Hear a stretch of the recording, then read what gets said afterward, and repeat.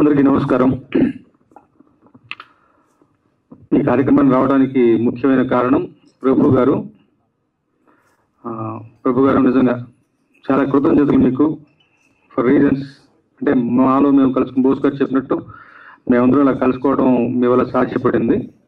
రెండవది చాలా ఆనందము, ఆశ్చర్యము, ఒక సర్ప్రైజ్కి లోనయ్యాను, ఒక ఉద్వేగానికి లోనయ్యాను అన్నది నా మాటలో మీకు తెలుస్తుంది. అంటే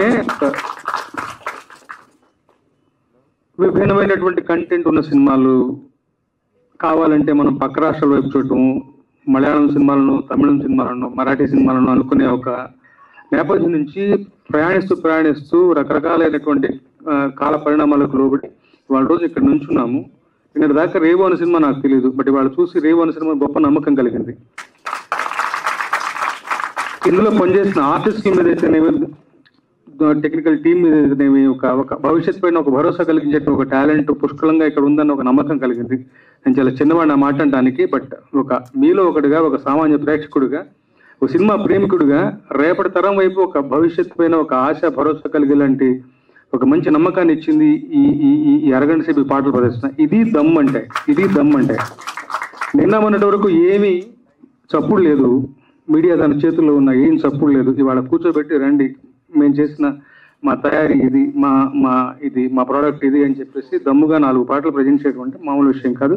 ఆ 4 పాటలు 4కి 4 ఆకట్టుకునేలా ఉన్నాయి. పిన్ డ్రాప్ సైలెన్స్, ఒక ఒక ఒక ఏమంటాం ఉద్విగ్నతకి లోనయ్యేలాగా అందరినీ మనం కలిగిసినటువంటి ముఖ్యంగా సూత్రధారి హరి గారికి మనం అభినందనలు తెలియజేయాల్సింది.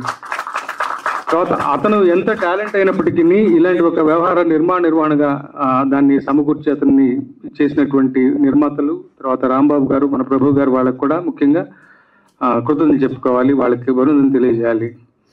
జాన్ నా మనస్సూరుగా ఉన్నాడు, అలాగే ఇమ్రాన్ శాస్త్రి, ఇద్దరు కూడా. అంటే ఒక సినిమాకి సింగిల్ కార్డ్గా ఒక రచయిత పనిచేసి అందరికీ తెలిసిన విషయం, మాలో మేము అనుకునే విషయమే, సభాముఖంగా అంటాను.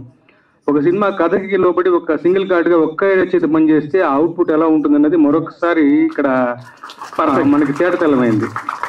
ఇమ్రాన్ శాస్త్రి చాలా మంచి లైన్స్ రాశాడు. తర్వాత జాన్ గారు మ్యూజిక్ ఫస్ట్ పాటకి నేను ఫిదా అయిపోయాను. అంటే ఎక్కడొక్కడ, అంటే మీరు తప్పుగా అంటలేదు, తెలుగు సినిమాల్లో చాలా మంది పరభాష సంగీత దర్శకులు పనిచేస్తున్నారు.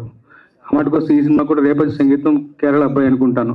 బట్ ఎక్కడొక్కడ పిల్లి మెడలో గంట కట్టాలి. మన వాళ్ళని మనం ప్రోత్సహించకపోతే, అవకాశం ఇవ్వకపోతే మనలో ఉన్న టాలెంట్ బయటికి రాదు. జాన్ చేసినటువంటి 4 పాటలు, పైగా 4 పాటలు, కొన్ని పాటలు రాసి కంపోజ్ చేశారంటే నాకు ఇంకా ఆశ్చర్యం కలిగింది. వాళ్ళ రోజున చూనికి రాయించుకోవడమే కానీ రాసిన పాటలు కంపోజ్ చేసే టాలెంట్, అలాంటి ప్రయత్నాలు అదుగా జరుగుతున్నాయి. చేయలేరని కాదు.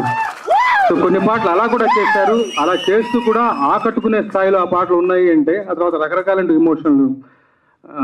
నా వరకు నేను చాలా లీనమైపోయాను, చాలా ఆనందించాను. వాళ్ళకి నిజంగా మనస్ఫూర్తిగా అభినందనలు. ఇమ్రాన్ జాన్, మీకు మా బోస్ గారు చెప్పడం మర్చిపోయిన ఒకటే మాట, IPRS ఒక సొసైటీ ఉంటుంది, దాంట్లో మీరు జాయిన్ అవ్వాలి. అలాగే